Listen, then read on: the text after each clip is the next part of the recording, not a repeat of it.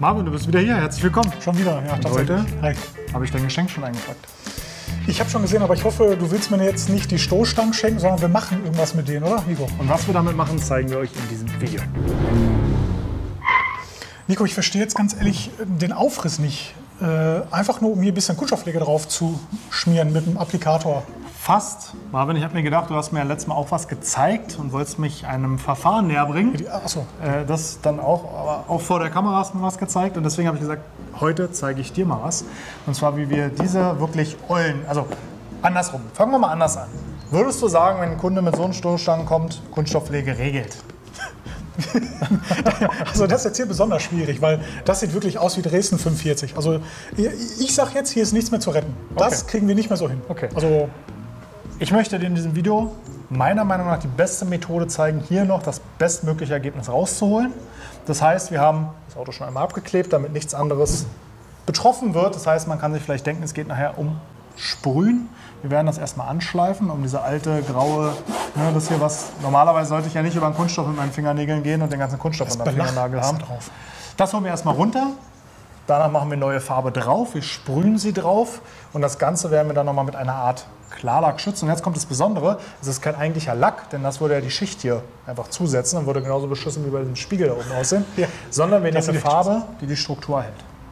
Hast du Bock drauf? Aber die, Nico, ich verstehe es nicht, die Struktur ist jetzt hier zum Beispiel auch schon so ein bisschen weg. Ja. Wie kriegen wir das wieder gerettet?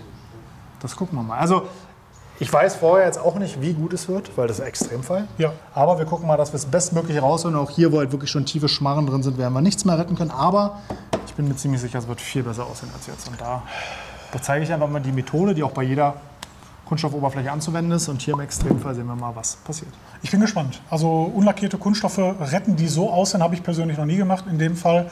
Und ich freue mich, die Methode mal live zu sehen. Ja, wird auf jeden Fall ein bisschen schmutzig. Also zieh dich vielleicht nochmal um. Oder aus. Oder aus. Für das Verfahren starten wir als erstes mit dem Abdecken aller Bereiche, die nicht lackiert werden sollen. Das haben wir hier schon gemacht. Als nächstes kommt das Schleifen der Kunststoffoberflächen, um eben wieder schon mal diese obere tote Kunststoffschicht zu entfernen. Danach lackieren wir neue Farbe auf, die auch die Struktur erhält, ohne sie zu überdecken. Und im letzten Schritt schützen wir das Ganze mit einer Art Klarlack, die ein bisschen UV- und abrissbeständig macht. Und dann ziehen wir das Kleber wieder ab. Dann sind wir fertig. Das sind die 5 Schritte. Wir starten mit Schritt 1. Der ist schon passiert, aber keine Sorge, wir haben es aufgenommen und nehmen euch da noch mit durch.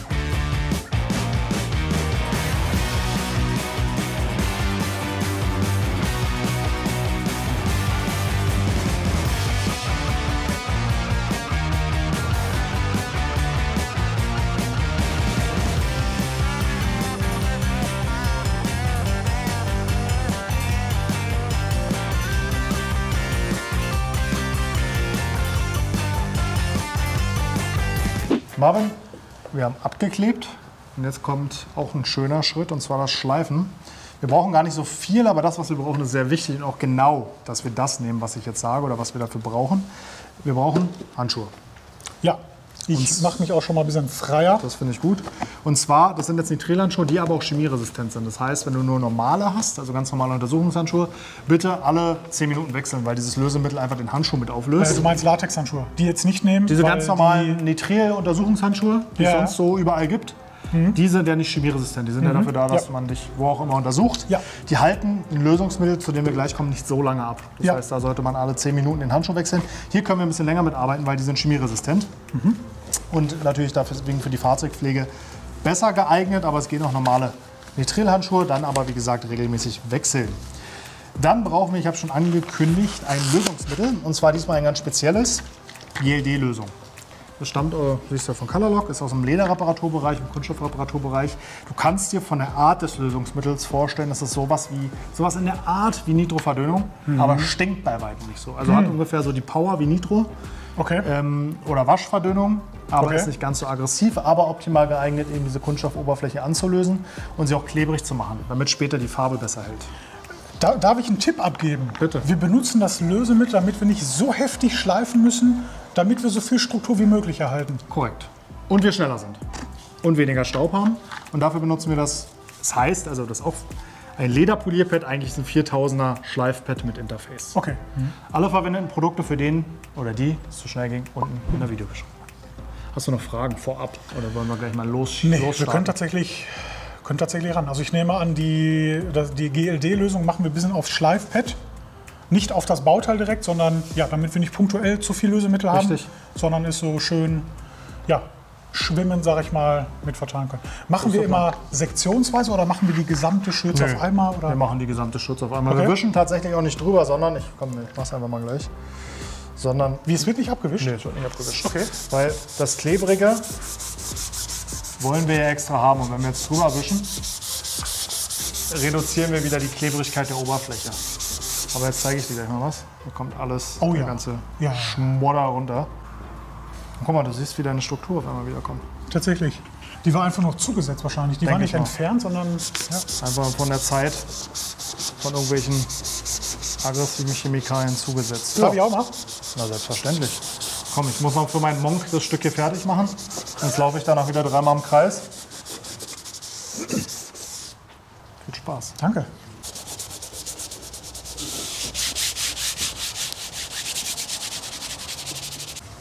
Also, Nico, ich würde sagen, mehr gibt es jetzt dazu gar nicht zu sagen. Schnappt ihr auch mal ein Pad und dann weiter geht's. Vollgas. Kleine Planänderung, wir wischen jetzt doch noch mal ab, Marvin, weil hier kommt noch mal deutlich mehr runter, als ich jetzt erwartet hätte. Da ist aber ganz wichtig, dass du nicht trocken abwischst, sonst klebt da die Oberfläche und du ziehst dir die ganzen Fusseln von dem Mikrofasertuch auf die Stoßstange, einfach ein bisschen GLD. Wäre es nicht cleverer, wenn man so ein glattes Tuch nimmt? Das zieht die Fusseln dir überall raus. Also, okay. Muss man das mal ab und zu ausspülen? Nö, du kannst es jetzt, also du wirst merken irgendwann, ich sag mal, also nach der Stoßstange kannst du es wegschmeißen auf jeden Fall. Ja, wirklich? Ja. Boah, das setzt sich so zu, gerade durch das Lösemittel. Ist jetzt auch nicht die schonendste Verwendung von so einem Schleifpad. Verstehe. Wo willst du jetzt die ganze Zeit die Kamera da halten? Mach doch mal einen Zeitraffer und hilf uns, sonst sind wir hier morgen noch fertig. Und? Das, was Nico sagt. Komm mal.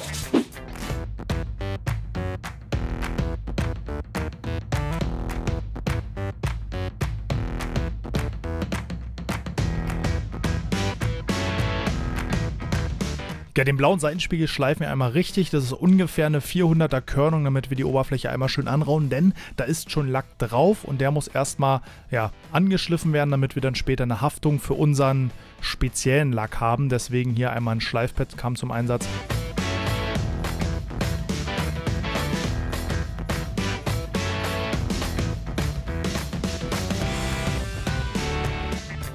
Ich werde jetzt einfach mal zeigen, dass man Kratzer tatsächlich rausprägen kann, einfach nur, um mal einen Eindruck dafür zu erwecken. Ich verwende dafür eine Prägematte aus Silikon mit einem entsprechenden Muster. Das passt jetzt hier nicht ganz. Wie gesagt, hier ging es nur darum zu zeigen, wie man es macht. Einfach mit viel Hitze, wirklich extrem viel Hitze, sodass das Prägepad schon weiß wird, erhitzen und dann auf die Fläche drücken und ihr seht hier, wir bekommen eine Struktur wieder in die Oberfläche und Stück für Stück können wir den Kratzer damit rausschmelzen am Ende. Wie gesagt, das ist jetzt was einen hohen Aufwand erfordert, aber wenn man wirklich nur mal einen Kratzer an der Stoßstange hat, kann man das auf jeden Fall machen, um den wieder zu entfernen.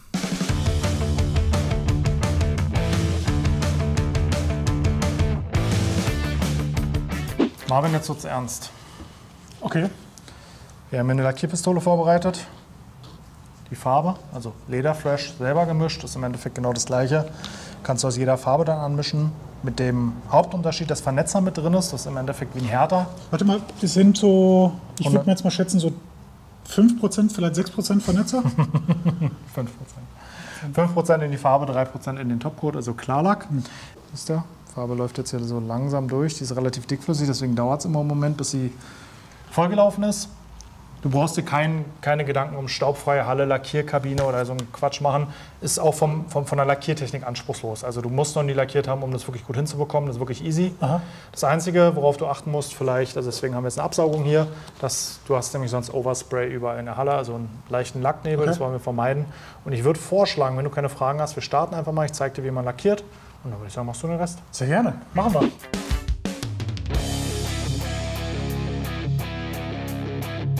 Die Oberflächen sind soweit vorbereitet. Wer irgendwas nachprägen will oder Kratzer rausschmilzen will, will ich mal sagen, der macht das jetzt oder hat das jetzt an der Stelle fertig. Jetzt geht es ans Lackieren. Wie gesagt, hier ist es wichtig, die Farbe nicht zu dick zu spritzen. Wir wollen auf keinen Fall Läufer haben. Ansonsten ist das absolut gar nicht kompliziert, hat nichts mit einer Autolackierung zu tun. Also relativ anspruchsvoll vom Verfahren. Wie gesagt, lieber mehrere dünne Schichten als eine dicke. Das sieht am Ende besser aus. Und wer eine Halle hat, wo er nicht so viel rumnebeln will, der nimmt einfach nur ein Bar und lässt sich dann beim Lackieren ein bisschen länger Zeit. Mehr ist auch gar nicht zu beachten, außer sich systematisch vorzubewegen, damit wir wirklich jeden einzelnen Bereich gleichmäßig lackieren, dann trocknen lassen und ja, dann schauen wir mal weiter.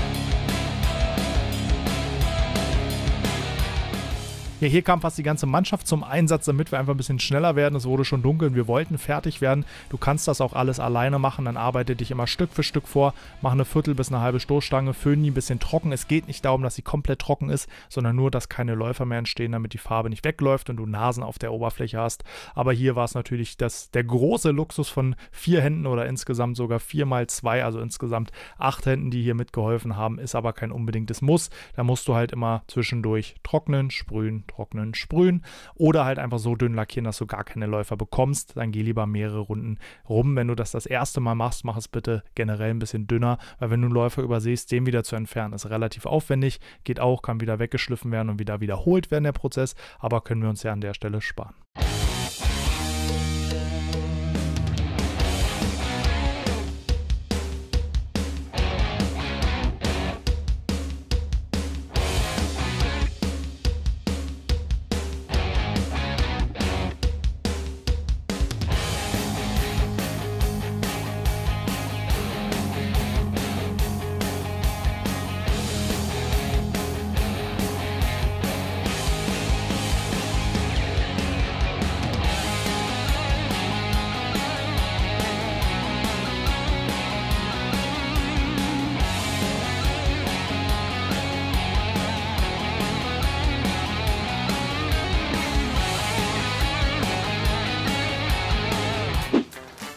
Marvin, also bei der Programmierung von Robotern hast du dir ein bisschen das so ins eigene Blut übergehen lassen. Ne? Also das kenne ich, ja, tatsächlich. Die gleichmäßigen Bewegungen, die sind wichtig. Ja. Und was sagst du? Also ich bin mit den Seitenleisten schon echt zufrieden, aber wir müssen, glaube ich, noch mal einmal drüber. Ne? Wir lassen das jetzt so ein bisschen durchtrocknen, denke ich mal. Also, du stimmst mir hoffentlich zu. Ja, also ich würde sagen, die Seitenleisten sind top, die brauchen wir gar nicht mehr anfassen. Spiegel gucken wir uns gleich mal an. Ja. Heckstoßstange würde ich auch fast schon so lassen, dass wir mal gucken, da drüben ist noch nass, aber hier sieht schon gut aus. Frontstoßstange müssen wir definitiv ein zweites Mal drüber. Ja. Ne? Da haben wir ja auch wirklich viel runtergenommen. Würde ich auch sagen. Würde ich auch sagen. Klar kann man jetzt hingehen und sagen, komm, wir prägen das ja alles weg. Wir haben es ja vorhin gezeigt, es funktioniert. Könnten uns hier eine Prägematrize machen, aber man muss halt dazu sagen, eine Prägung kostet 30 € und jetzt hier ums ganze Auto gehen, sprengt ein bisschen das Projekt, aber man könnte es machen, werden wir jetzt hier nicht tun. Deswegen mit sowas leben wir dann jetzt einfach, weil ich glaube, vorher, nachher ist trotzdem jetzt schon brutal. Und genau, wir lassen es nochmal trocknen und dann machst du eine zweite Runde. So wow. Es geht auch wirklich easy. Also ich habe es mir schlimmer vorgestellt. Natürlich schöne helfende Hand zu haben, die den Absauger Das stimmt, hält. ja, das muss man berücksichtigen. Ja. Also gerade, wir wollten jetzt schnell arbeiten. Das heißt, ich habe den Druck auf 2 Bar gestellt. Da kommt natürlich viel Beiluft. Das heißt, du hast einen relativ nebligen Raum und brauchst so ein bisschen Absaugung. Wenn du jetzt sagst, komm, ich will meine Halle nicht voll, sondern nimmst du 1 Bar und lässt dir einfach ein bisschen mehr Zeit beim Lackieren. Dann hast du auch nicht so viel Nebel drumherum, brauchst auch nicht unbedingt eine Absaugung. Maske ist ganz wichtig. Ja. Gerade wenn wir mit Vernetzer arbeiten, auch die Farbe muss man nicht in der Lunge haben, aber gerade den Vernetzer, der reagiert mit Wasser. Ne? Lunge in einem Wasserkörper, nicht gut. Aber ansonsten, glaube ich, machen wir jetzt mal noch mal ein kurzes Päuschen, ziehen hier vor allem die Frontstoßstange noch ein zweites Mal durch und dann geht's weiter. Ich wollte jetzt so machen. Spiegel geworden ist. Wow, der war vorher blau. Der war vorher blau. Ja, die zweite Runde haben wir euch jetzt erspart, die haben wir nicht mitgefilmt, die ist jetzt bereits passiert und jetzt kommt der eigentliche Klarlack oder auch Topcoat genannt. Wir haben uns hier für eine Mischung von 80% matten Topcoat, 20% glänzendem Topcoat entschieden, um möglichst einen Neufinish zu erzielen. Auch hier kannst du mit der Einstellung von matt und Glanz optimal entscheiden, ob du glänzend oder matte Oberflächen haben willst. Du kannst auch nur matt oder nur glänzend lackieren, das ist vollkommen egal. Wichtig ist, wie gesagt, habe ich vorhin schon gesagt, wer hat aufgepasst, wie viel Prozent Vernetzer in den Topcoat? Richtig, 3 bis 5%. Je härter die Oberfläche ist, desto mehr Vernetzer machen wir rein, um eben eine stabile Oberfläche zu bekommen. Der Vernetzer entfernt oder reduziert aber die Flexibilität, deswegen zum Beispiel beim Leder etwas weniger Vernetzer, aber ist ja jetzt hier nicht das Thema. Eine vernünftige, gleichmäßige, nicht extrem dicke, aber auch nicht zu dünne Schicht Klarlack. Auch wieder zwischendurch, wer mag, mit dem Föhn trocknen, Folie abziehen und Ergebnis genießen. Ach übrigens, nach dieser Lackierung sollte das Auto über Nacht noch in der Halle bleiben, damit die Farbe wirklich komplett wetter- und witterungsbeständig wird und am nächsten Tag kann es dann schon losgehen mit dem Neuwagen-Look. Jetzt guck dir das mal an. Das ist ja Wahnsinn. Also ich meine, klar, ab und zu ist die Struktur weg, aber ab und zu haben wir die auch wieder hergestellt, Nico. Ja, haben wir. Boah. Selbst hier, ne, selbst da, wo die komplett von einem Vorgänger, wer auch immer, glatt geschliffen war, durch dieses punkteartige Sprühen, ja, haben wir tatsächlich wieder ein bisschen Struktur hergestellt. Krass. Und das sieht, glaube ich, fast, also wirklich allein schon durch die Stoßstange jetzt halt fast aus wie ein neues Auto. Ne? Die Farbe, ne, da wo die Folie ein bisschen offen war, wo wir so ein bisschen Overspray hatten, haben wir ein bisschen geschlampt, aber ist nicht schlimm, deswegen haben wir es ja nach dem Cut vorm Finish gemacht, weil da gehen wir einfach nochmal mit Prepare, Sonax Prepare oder Isopropanol drauf, das löst sich ohne Probleme. Hätte ich jetzt auch gedacht, irgendein Lösemittel. Und aber deswegen kein Finish. Weil sonst wäre jetzt ärgerlich. Macht Sinn. Ich würde sagen, lass uns mal den Kleber nochmal komplett abziehen. Und dann bin ich gespannt auf dein Fazit. Oh ja.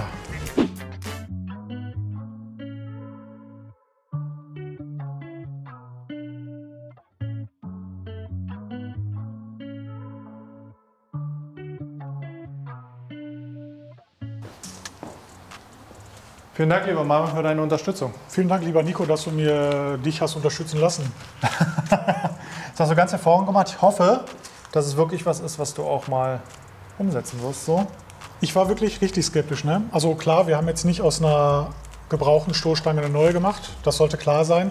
Manche Stellen sind, ne? Aber für den Zeitaufwand, den wir reingesteckt haben, wow. Ich bin echt begeistert.